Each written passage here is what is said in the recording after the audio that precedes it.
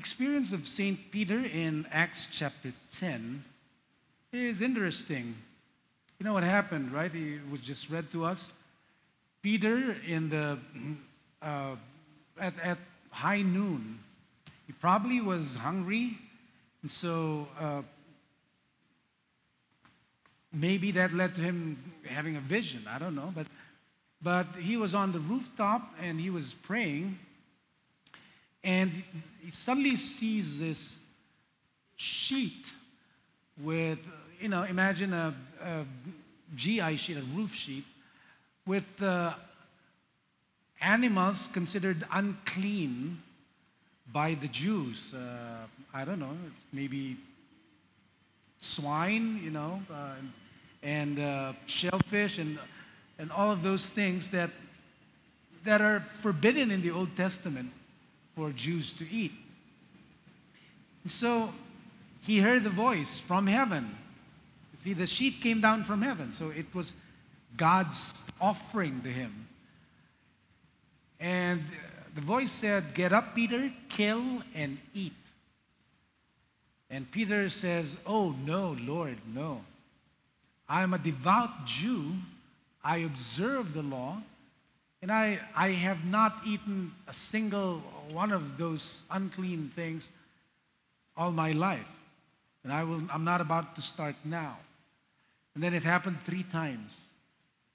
He later realized, we continue to read Acts chapter 10, he later realized that God was speaking to him, not about merely food, but about people, particularly Gentiles, non-Jews. Ang tingin kasi ng mga Hudyo, yung mga Gentiles, they were even lower than second-class citizens. They were the cursed.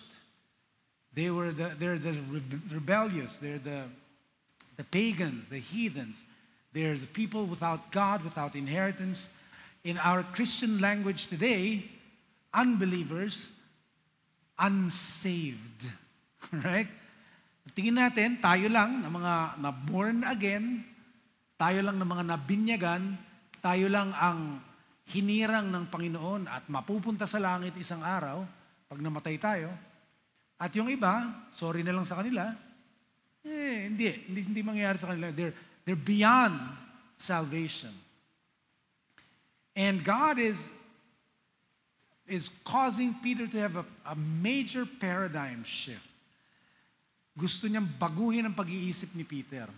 Just before that, in the previous chapter, St. Paul's conversion. That's the story of St. Paul's conversion. And he was on his way to Damascus. He had a vision of Jesus, right? Who asked him, "Why are you persecuting me by persecuting my church?" And so that started his faith in Jesus, because Jesus revealed himself to him. So in Damascus, Paul started being a defender of the church, being a preacher of the gospel, being a preacher of Jesus. And people were shocked. This was a persecutor of the church. He who formerly killed Christians and sent them to prisons, now is preaching Jesus, the very thing he fought before. And then he came to Jerusalem, and the disciples wouldn't have anything to do with him. Takot sila eh. Bira, baka ipakulong ako nito, baka nagkukunwari lang to na Kristiyano para lang tayo ma-infiltrate. But Barnabas took him on, and he accompanied him to the apostles and told them the things that God has done for Paul and what God has done through Paul and the power of the Holy Spirit. Kasi minsan ang tingin natin, pag ang isang bagay ganito, ay wala nang pag-asa yan. Pag masama ang isang tao, pag nakita natin nagkasala siya, ang tingin natin, wala nang pag-asa to. Di ba? Many years ago, somebody who was of a very stable spiritual stature and maturity, sinabi niya sa akin, wag mong, you have nothing to do with this person because of their past. Makasalanan yan. And I respectfully disagreed. And I quoted this scripture, which, what God told Peter. I said, what God has made clean, what God has declared clean, don't consider any longer unclean. Don't consider beyond hope. Kung ano yung nililinis ng Panginoon, kung ano yung binabago ng Panginoon, wag daw nating ismulin. Because it's an insult to God's work, di ba? And the power of the Holy Spirit. Long story short, this was many years ago. Long story short, this person I ministered to, turned out they're in good standing with the Lord now.